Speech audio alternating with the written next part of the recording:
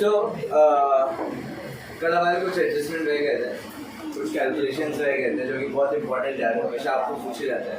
तो जैसे कल की क्लास में हमने over valuation and under valuation का मैंने आपको फॉर्मूला बताया था। And what was that formula? Anyone? 100 plus. So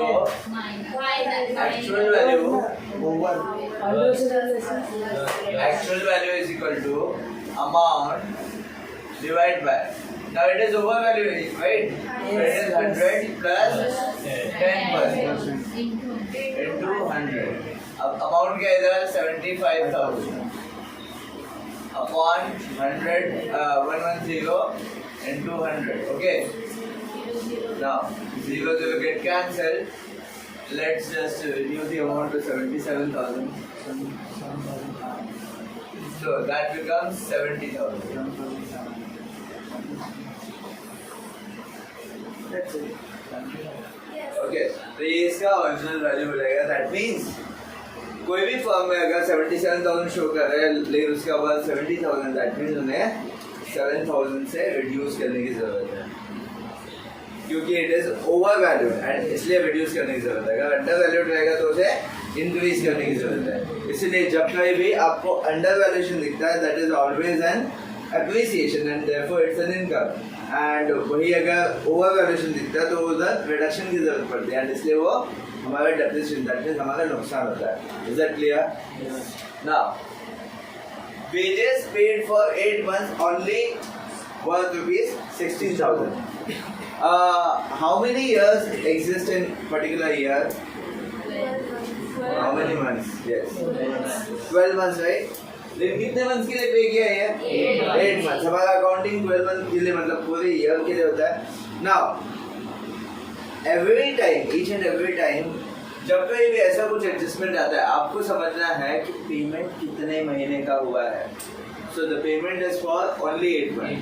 so this is what कि देखो 12 मंथ्स है, 12 मंथ होना चाहिए लेकिन खाली 8 मंथ्स पे किया, दैट मींस कुछ तो बाकी है। कितने महीने का बाकी है? 4 मंथ्स का बाकी है। जब कहीं कुछ बाकी होता है उसको क्या कहते हैं? Outstanding. So therefore outstanding wages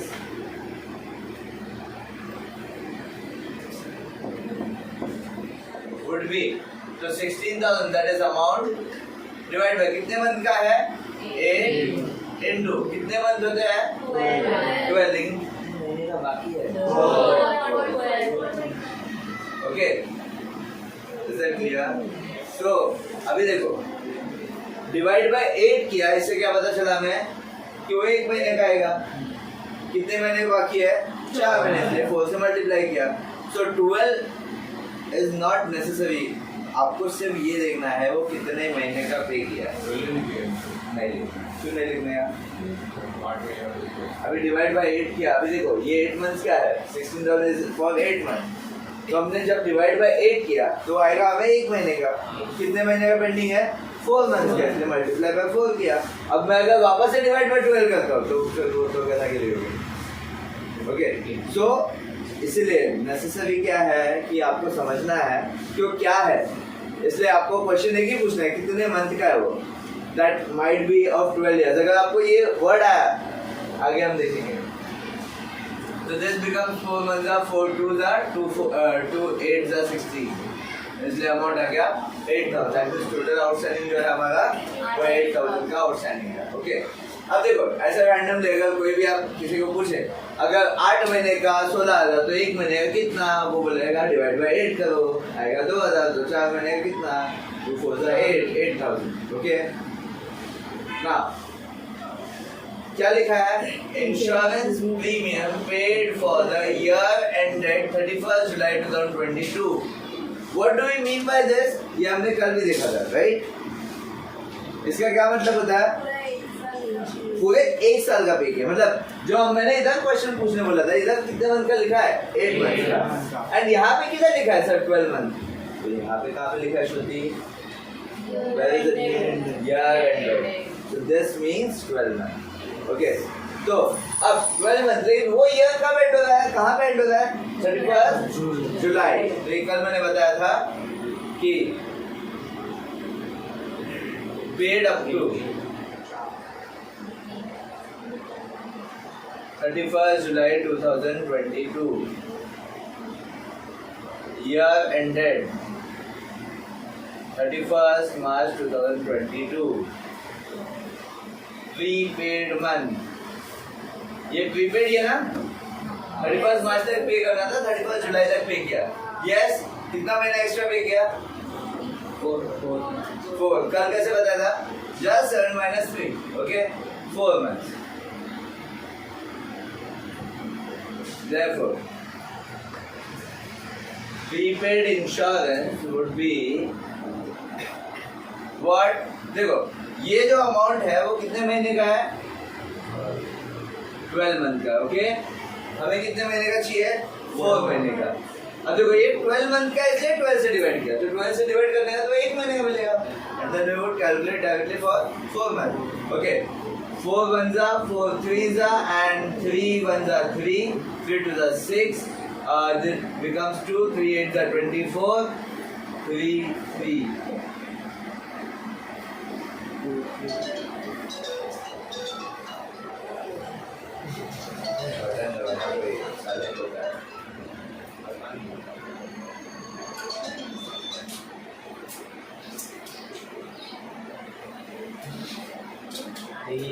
So this is the way how we calculate.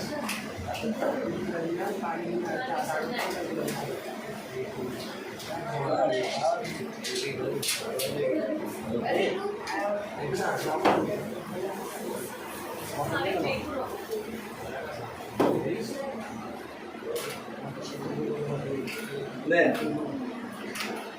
your important adjustments, very important, जो कि सम्स में भी आता है. क्या दिया है? Plant includes purchase of plant.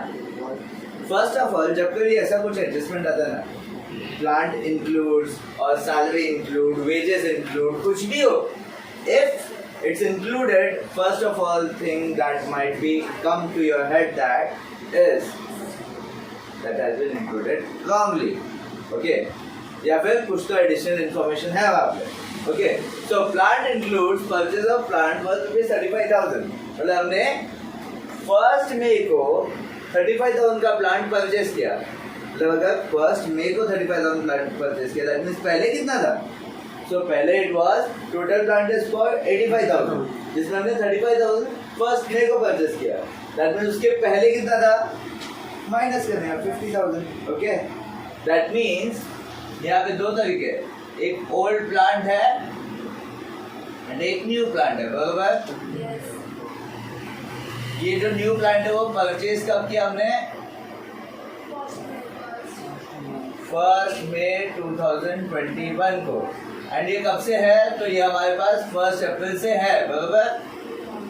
ये हमने पूरा साल यूज किया है, ये हमने इस तारीख को परचेज किया है. दोनों का डेप्रिसिएशन अलग अलग होगा. तो डेप्रिसिएशन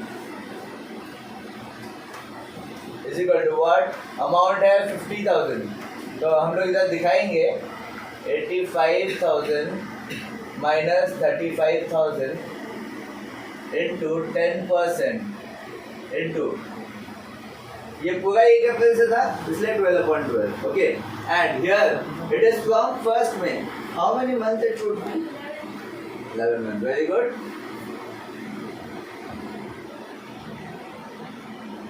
तो इधर आएगा 35,000 into 10/100 into 11/12. Just you need to calculate. तो इधर आ गया 50,000, तो 50,000 इंटू 10/100 दैट बिकम्स 5,000. ओके, एंड यहाँ पे जो आएगा 0 0 गेट कैंसल, 0 0 कैंसल, 12 इंटू 35. तो एक काम करते हैं, इसको 6 बना देते हैं एंड इसको भी 6 बना देते हैं. So it provides the calculation. ऐसा आप नहीं कर सकते आप एग्जाम में, क्योंकि एग्जाम में इजी अमाउंट्स आते हैं. ओके, तो 12 1s are 12, 3s are 36 and this becomes 2 zeros. So 3 7s are 33. 3,300। तो हमारा जो टोटल डेप्रिसिएशन होगा वो कितने का होगा? 8,300। Therefore, total depreciation was 5,000 plus 3,300 is equal to 8,300. Yes. Next question is read का चिन्ह. Advertisement paid for 15 months as WEF for 1st January 2022. Amount. What do we mean by WEF? With effect from. Okay. So, कितने months का है ये? It is for 15 months, right? Any question over here? So, देखो. अब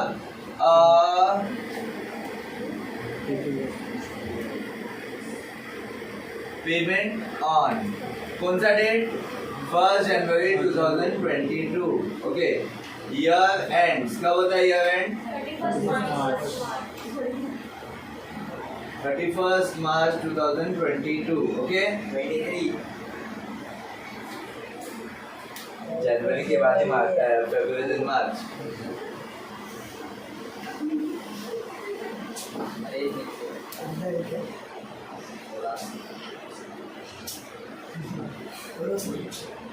We are recording. Okay, and therefore prepaid month कितना होगा? Actual में इधर कितना मंथ है? सिर्फ 3 महीने ना, बराबर ना? इधर 3 महीने, लेकिन कितने महीने के लिए पे किया है?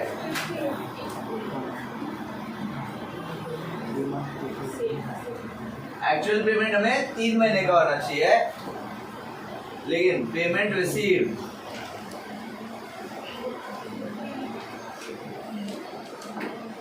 15 मंथ के लिए हमें पेमेंट रिसीव हुआ, बराबर? दैट मींस प्रीपेड कितने मंथ का होगा? 12 मंथ का होगा, बराबर? Therefore prepaid 15 minus 3, that means 12 months. Okay. See, first of all, actually आपको प्रेजेंटेशन करना पड़ता है, इसलिए सब आपको लिखना है, ठीक है? तो सबसे पहली बात, क्वेश्चन रीड करके हमें क्या समझता है कि advertisement paid for 15 month. 15 month का पेमेंट है विथ इफेक्ट फ्रॉम 1 जनवरी 2022. मतलब क्या कि 1 जनवरी से उसने 15 महीने काउंट किया है, ठीक है? दैट मीन्स जनवरी, फरवरी, मार्च, ये 3 महीने उसे पे करना है. एंड पे किया उसने 15 मंथ का, पूरे 1 साल का एक्स्ट्रा पे किया. अब अगर श्रुति अगर यही सेम चीज नहीं रहता ना ये डेट, तो what do we understand? 3 months का प्रीपेड है, क्योंकि 1 साल में 12 महीने होते हैं, बराबर ना? 1 साल में 12 महीने होते हैं, उसने 15 महीने का पे किया है, लेकिन यहाँ पे उसने तारीख दी है कि उसने कौन से तारीख से 15 महीने पे किया. Okay, understood Aditya? And that what do we mean by this is this. Okay, so last this one, advertisement paid for 15 months. तो ये जब भी ऐसा आएगा तो आपको सिर्फ ये देखना है कि कितने महीने का दिया है एंड कब से दिया है. तो कब से दिया है? 1 जनवरी 2022. ईयर एंड हो गया 31 मार्च 2022. दैट मींस 3 महीने का ही पे किया और 3 महीने का पे किया. दैट मींस 15 मंथ्स का टोटल पे किया, लेकिन 3 महीने के लिए पे करना है. दैट मींस बाकी सब एडवांस पे किया and that's called as prepaid. Therefore prepaid advertisement is equal to कितने महीने का पे किया है? 30,000. लेकिन कितने महीने के लिए पे किया है? 15. हमें कितने महीने का चाहिए एग्जैक्टली? 3 महीने का, लेकिन बाकी सब जो है वो प्रीपेड कितना है? 12. इसलिए 12 से हम लोग मल्टीप्लाई करेंगे. ओके, सो आउटस्टैंडिंग में भी सेम, कितने महीने का दिया है वो उससे डिवाइड करना है एंड कितने महीने का आउटस्टैंडिंग है उससे मल्टीप्लाई करना है. इधर 12 मंथ का प्रीपेड है, सो इसलिए 5 3 5 6 3 2 12 2 24. That means 24,000 ये टोटली प्रीपेड है. Is that clear? Then उसके बाद नेक्स्ट है 12% bank loan taken on 1 August 2021. Okay, तो हमने यहाँ पे कब लोन लिया हुआ है? 1 अगस्त। ओके, 1 अगस्त को हमने लोन लिया है। ओके, दैट मीन्स कितने महीने का और हमें इंटरेस्ट पे करना होगा जरा बताओ। 8 महीने का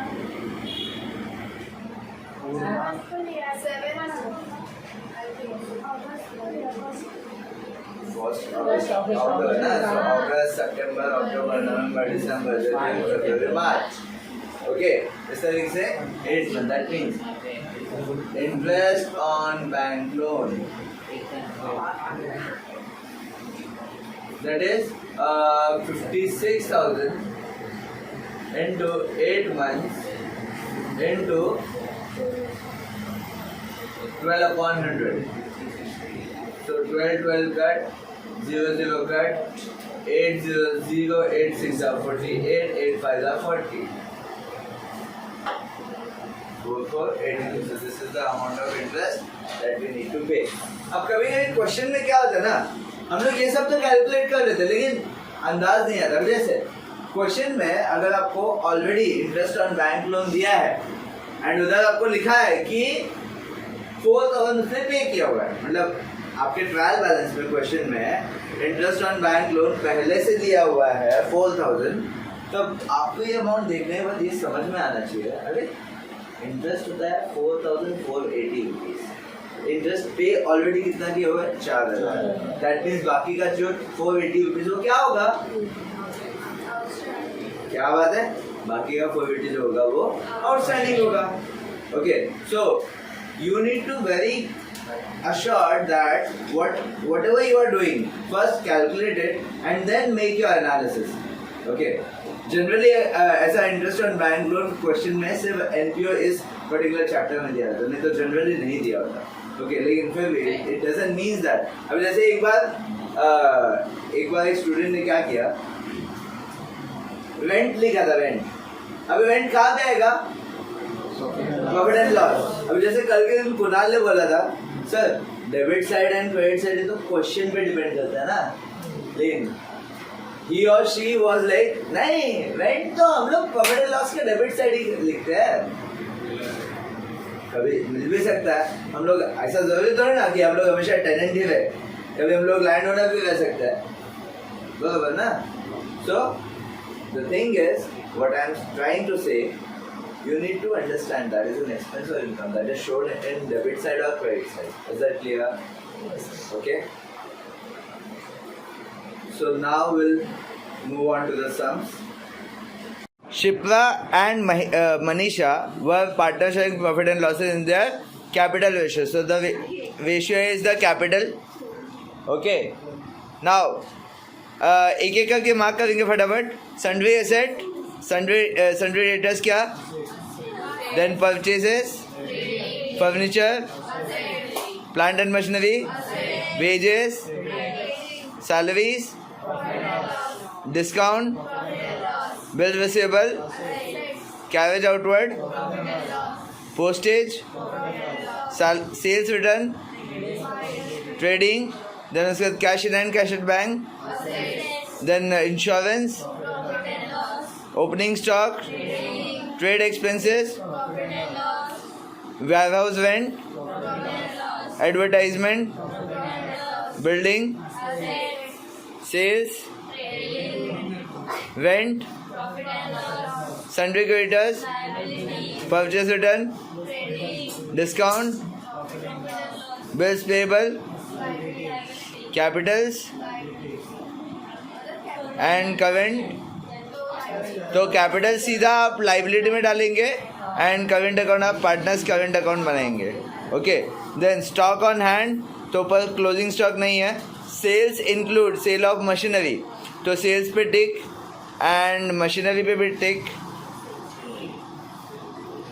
then depreciation fixed on fixed asset, तो यहाँ पे फिक्स्ड एसेट कौन कौन से है, तो एक plant and machinery fixed asset है, हमारा फर्नीचर फिक्स्ड एसेट है, बिल्डिंग हमारा फिक्स्ड एसेट है, और कुछ है नहीं। देन उसके बाद each partner is entitled to get commission और एट 1% ऑफ ग्रॉस प्रॉफिट, तो जो कुछ भी ग्रॉस प्रॉफिट आएगा उसके ऊपर डिपेंड करता है। And interest on capital is 5%, तो कैपिटल के ऊपर इंटरेस्ट है। देन उसके बाद नेक्स्ट है outstanding expenses, wages and salaries. So wages को टिक एंड सैलरीज को टिक। एंड देन उसके बाद है create provision for doubtful debts, sundry debtors, तो डेटर्स को टिक। ओके, तो इस तरीके से हम लोग साइमल्टेनियसली पोस्टिंग करेंगे। First trading, then profit and loss account, then assets and liabilities. So, whenever we start a particular sum, अगर जब कभी हम लोग कोई भी सम स्टार्ट करेंगे तो जिस तरीके से अभी मैंने मार्किंग दिखा है उस तरीके से पहले फटाफट मार्किंग करनी है। मार्किंग के लिए आपको मैक्सिमम 1 से 1.5 मिनट जाएगा एंड देन उसको फटाफट पोस्ट करना है। ओके, पोस्टिंग करते वक्त एकदम सिंपल सा कंसेप्ट फॉलो करो। पहले जो टी मार्क किया उसे लिख दिया, देन उसके बाद पी मार्क किया उसे लिख दिया, देन उसके बाद कैपिटल मार्क किया, देन उसके बाद हमने एसेट एंड लायबिलिटी जो जैसे जैसे मार्क किया वैसे वैसे फटाफट लिख देना है। इसलिए पूरे लिखने के लिए कम से कम आपको मैक्सिमम जो टाइम जाएगा 3 मिनट जाएगा। अगर उससे ज़्यादा लगेगा that means you are not effective और either your marking is not effective. Okay, आप ऐसा भी कर सकते हो, एक साइड सारे ट्रेडिंग मार्क कर दिए, एक साइड सारे पार्टनर कर, तो आइडेंटिफिकेशन में फटाफट हो जाता है। ओके, तो यस, एंड दूसरी चीज़ आप अपनी स्पीड को बढ़ाने के लिए पहले से ये चीज़ें लिख सकते हैं। To opening stock, to purchase, less returns, इधर by sales, less returns. Okay, ये बाय डिफॉल्ट लिख सकते हैं। अब लाइन से फटाफट बताओ टी। Purchase 55,000, wages 800, then Opening stock 17,800. please let me know if there is an adjustment or not. Then उसके बाद opening stock 17,800. 17,800. This See, if अगर अमाउंट में एडजस्टमेंट है तो इनर कॉलम में, नहीं है तो आउटर कॉलम में, बाद में लिखो। हाँ, देन उसके बाद sales return. सेल्स रिटर्न कितना 500. 500, then Then sales कितना 1,20,000. 1,20,000, then Purchase return 1,000. purchase return 1,000, then हो गया. Okay.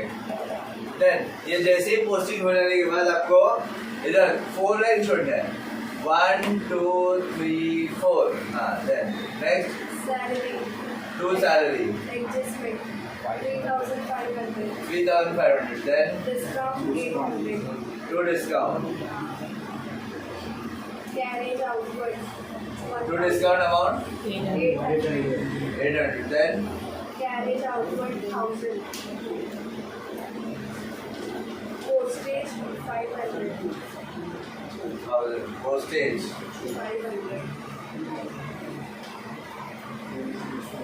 500, then Insurance 2,000. Trade expenses 1,500. to trade expenses 1,500. 1,500, then Warehouse rent 2,500. 2,500, then Advertisement 1,000. advertisement, Where 1,000 ना, then credit पे rent rent, so एक line छोड़ करके हमेशा लिखना है buy rent amount 1,800. 1,800, then Discount 500. discount,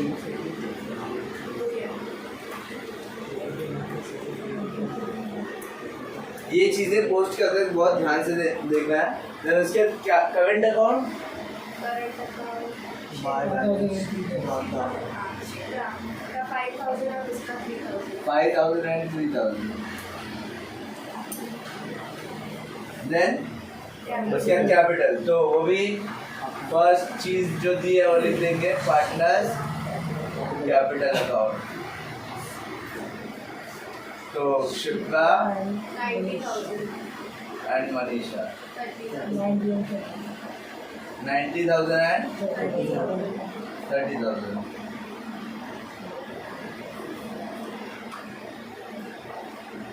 Okay, now next उसके बाद है that is assets. Assets को तो बराबर Sundry debtors 28,000. ठीक है. sundry debtors amount 28,000. ठीक है. 28,000. Furniture 38,500. ठीक है. Furniture 30. 8,500. Then Plant and machinery 60,000. Double tick. plant and machinery कितना 60,000. 60,000. Then Bills receivable 14,400. bills receivable 14,400. 14,400. Cash Then in hand 4,000. cash in hand 4,000. Cash at bank 47,000. Cash at bank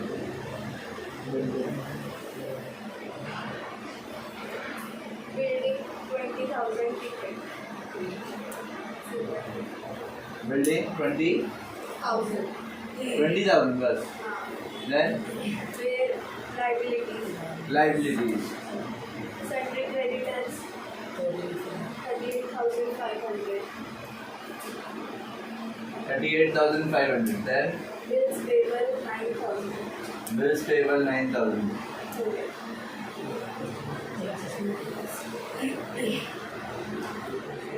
okay so posting करते वक्त दो चीजें ध्यान में रखनी है, adjustment है या नहीं. अगर एडजस्टमेंट है तो क्या करने का write afterward I am going to close it. हाँ तो हमेशा क्या ध्यान में रखना है कि पोस्टिंग करते वक्त अगर एडजस्टमेंट है तो इनर कॉलम है, अगर नहीं है तो outer column. That's it. Okay and posting करने के बाद एक बार सारे अमाउंट देख लेने का हमने प्रॉपर किया है या नहीं किया. Now let's get back to the adjustments. First adjustment is closing stock. Sorry. Stock on 31st March was at 37,000. Okay. What is the effect of closing stock? Credit account credit side and balance sheet asset side. So just you need to write these elements by closing stock. 37,000 and balance sheet asset side. So closing stock.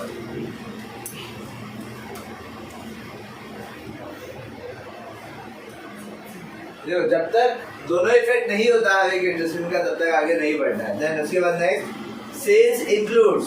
सी अभी just थोड़ी देर पहले मैं बता रहा था कि जब कभी इंक्लूड्स आएगा what is the first thing that you should bring into your head? That is a wrong thing. Okay. अब गलती हुई है तो गलती सुधारनी है. ठीक है. तो गलती सुधारनी कैसे उधर से लेंगे. That means सेल्स में इंक्लूड किया है तो उधर से लेस करो. ये एक ही मतलब आपको समझना है. ओके.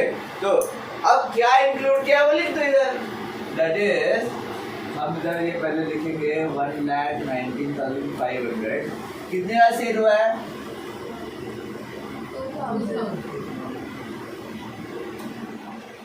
So 2,000 से लेस हो गया. एंड एड जब कोई लोग सब्ट्रैक्ट करेंगे तो हमेशा ब्रैकेट में डाला which is 1,17,500. Is that clear? Okay. अब उसके बाद सोचना है वो क्या था क्या. So that was sale of machinery. मतलब मशीनरी हमने सेल किया. ओके मशीनरी सेल किया तो मशीनरी बाहर जाएगा अंदर आएगा. बाहर जाएगा. दैट मींस मशीनरी का वर्थ जो है वो कम होगा ना. लेस से 2,000 अमाउंट हो गया 58,000 बराबर. नाउ यहाँ पे वो डेट भी दिया है बराबर. 1 April 2018 भी दिया है. तो वो डेट आपको कब ध्यान में रखना है डेप्रिसिएशन कैलकुलेट करते हो. Is that clear? देन उसके बाद नेक्स्ट एडजस्टमेंट है डेप्रिसिएशन ऑन फिक्स्ड एसेट्स. तो हर एक फिक्स्ड एसेट के ऊपर डेप्रिसिएशन है. दैट इज कितना परसेंट है 5%. तो डेप्रिसिएशन एट मशीनरी 5%. तो इसका 5% सी इफेक्टिवली 5% कैसे निकालने हैं आप. 0 हटाओ एंड उसका हाफ निकाल दो. 38 का हाफ 19, 50 का हाफ 25. तो 1925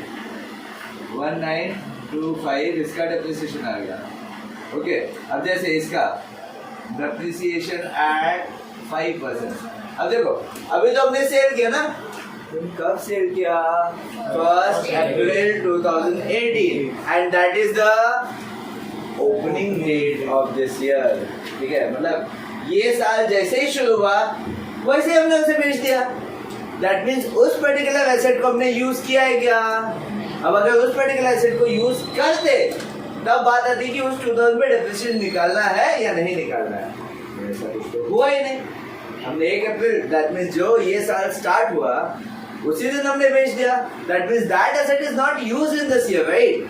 एंड वो एसेट यूज नहीं हुआ है, इसलिए हमें डायरेक्टली जो रिमेनिंग अमाउंट है 58,000, दैट मीन्स ये साल जब चालू हुआ तो हमारे पास कितने का एसेट था? 58,000 का एसेट था। Is that clear? अब अगर यहाँ पे डेट अगर यही सेम चीज 1 जनवरी 2019 होती तो मैं क्या करता? पूछो। हाँ, तो वो 2000 पे 9 मंथ का डेप्रिसिएशन एंड 60,000 पे पूरे साल का डेप्रिसिएशन, इस तरीके से मैं माइनस किया। Am I clear? Okay, so now यहाँ पे तो डेप्रिसिएशन से अभी 5% आ जाएगा, डेप्रिसिएशन एट 5%। तो इसका 5% तो 58 का 29 होता है, 2900। ओके, अरे दो बार लिखिए।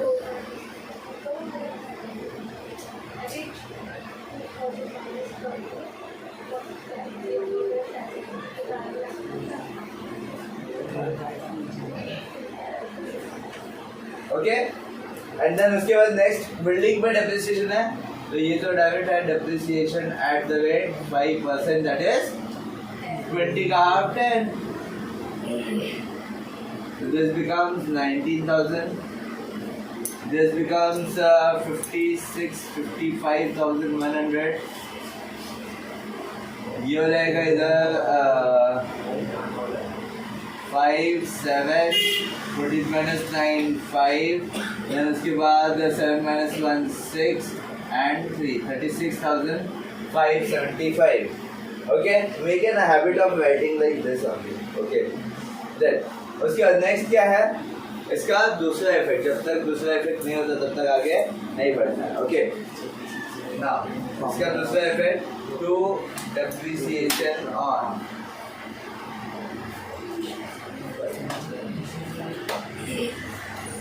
So, depreciation that is किसके ऊपर है?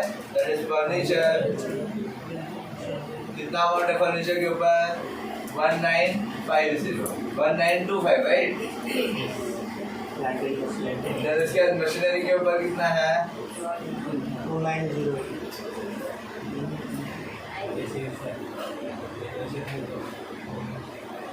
2,900. Then उसके बाद बिल्डिंग के ऊपर 1,000. 1,000. And therefore this becomes 2,900, 3,900, 4,800, 5,000, 6,000. 5,825. 5,825. Now, next adjustment. Each partner is entitled to get commission on 1% on gross profit. Gross profit तो निकालेंगे, वो निकालेंगे हम लोग. And then उसके बाद outstanding expenses, that is wages and salary. So wages कितना outstanding है? 200. And this becomes 1,000.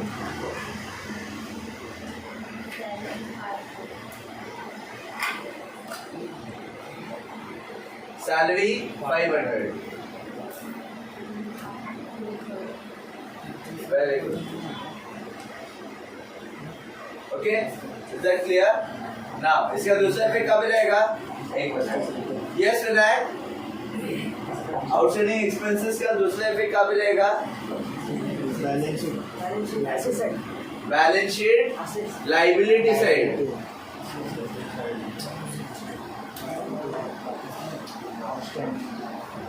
See, please never laugh on anyone's mistake.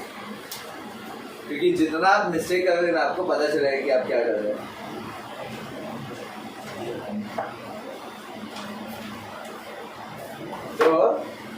जब तक आप मिस्टेक नहीं करेंगे तब तक आपको पता नहीं चलेगा, ठीक है। So don't laugh on mistakes, ठीक है। ओके देन, तो इसका दूसरा effect outstanding expenses, that is liability side. The outstanding expenses, wages, salaries, 200 and 500. This becomes 700. Okay. Now what's next? Provision for doubtful debts कितना परसेंट? 3%. डायरेक्टली 3% हमें calculate करना है। Yes. तो कितना आएगा 3% इसमें?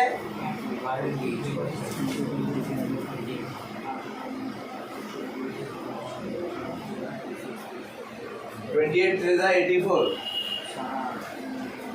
840. Okay. 27,160. And उसका दूसरा effect profit and loss, debit side. अबे आरडीडी कुछ दिया ही नहीं, इसलिए डायरेक्टली लिखेंगे to new RDD.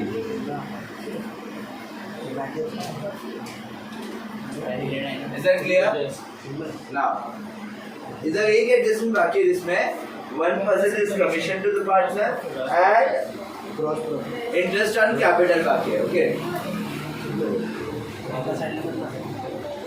So interest on capital, by interest on capital. So कितना है कैपिटल के ऊपर इंटरेस्ट? कितना परसेंट है? 5% है। 90,000 पे 5% कितना? 2 कट 4,500 एंड देन उसी तरह इसका 1,500 एंड उसका दूसरा effect profit and loss account debit side to interest on capital. तो Shipra and Manisha 4,500 and 1,500. Is that clear? Now we'll close it.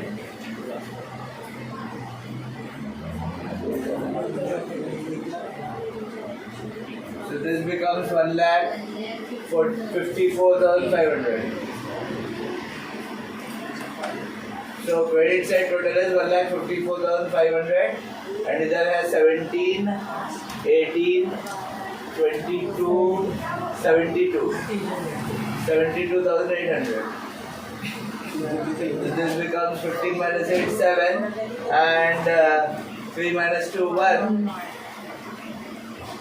81,700. Now this is our, देखो सबसे सिंपल टेक्निक, दोनों साइड इक्वल करना है, ठीक है। Whatever the difference is, take out that difference, write the biggest amount on both sides and write the difference on that side whichever is low. Okay, अब कल जैसे मैंने बताया था कि हमेशा वो ग्रॉस प्रॉफिट है ग्रॉस लॉस, तो कैसे ध्यान में रखना है, क्रेडिट साइड ज्यादा total profit and debit side ज्यादा टोटल तो लॉस। डेबिट साइड ज्यादा टोटल एंड ट्रेडिंग में है तो ग्रॉस लॉस, क्रेडिट साइड ज्यादा टोटल है एंड वो ट्रेडिंग में तो वो gross profit, gross profit carried down. Okay, then उसके बाद बाय ग्रॉस प्रॉफिट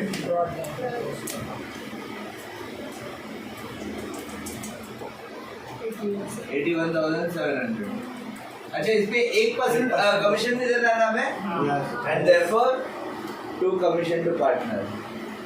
अच्छा, कमीशन हम लोग पे करेंगे पार्टनर को या फिर पार्टनर हमें पे करेगा? पार्टनर को मिलेगा। Very good. तो Shilpa and Manisha, so 1% that is 817 and 817, okay, and this becomes 16,1634.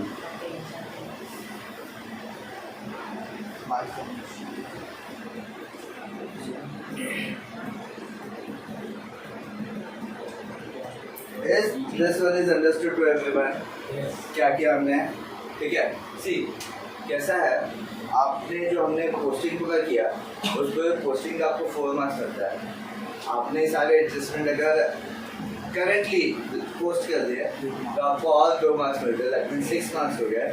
आपने अगर इसकी ग्रॉस प्रॉफिट आपने प्रॉपर की तो आपको 7 मार्क्स आते हैं. ये अगर आपने किया तो 8 मार्क्स आते हैं. ये अगर आपने किया तो 8.5 मार्क्स आते हैं. एंड ये आपने किया तो बाकी के बचे को 3.5 मार्क्स आते हैं. दैट मीन्स अगर आपका टैली नहीं हुआ है इनकेस तो आपको टोटल मैक्सिमम जो मार्क्स मिलेगा और 9 मार्क्स मिलेगा.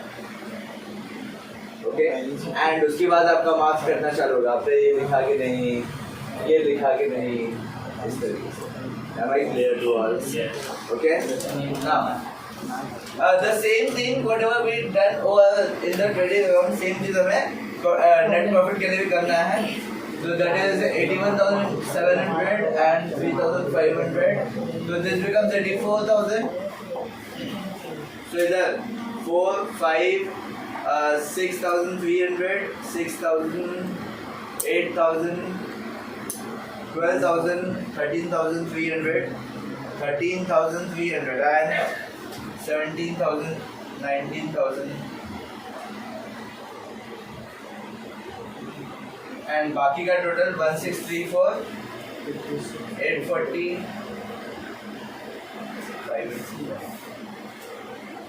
19,300 इसका टोटल हो गया. 5825 plus 840 plus 1634. So this becomes 6,665, 6,000, 7,000, 8,000, 299, 8,000 to 99, and this becomes 9,325, and this becomes 27,599.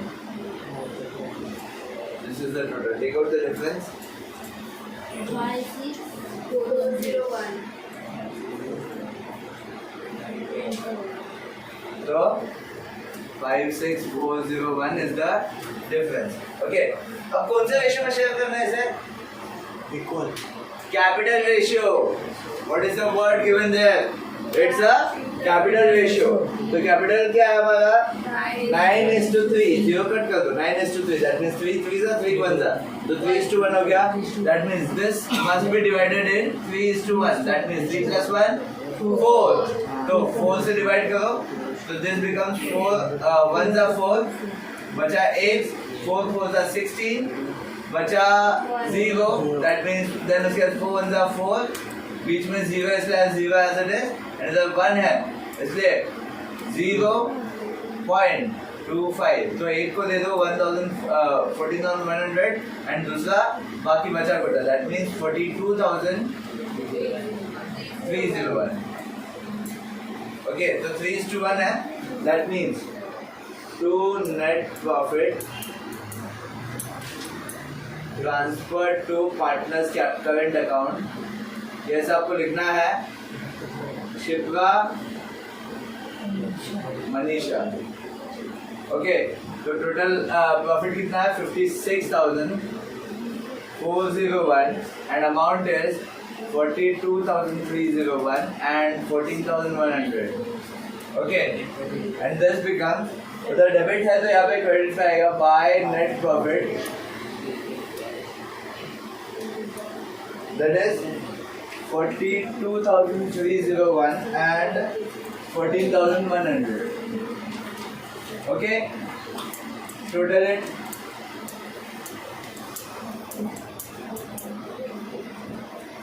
$5,000, $9,000, $10,000, $10,317, $10,618, $10,618 and $52,618. This इधर रहेगा 4,500, 5,300, 19,000, 19,407. So 52,618 19,417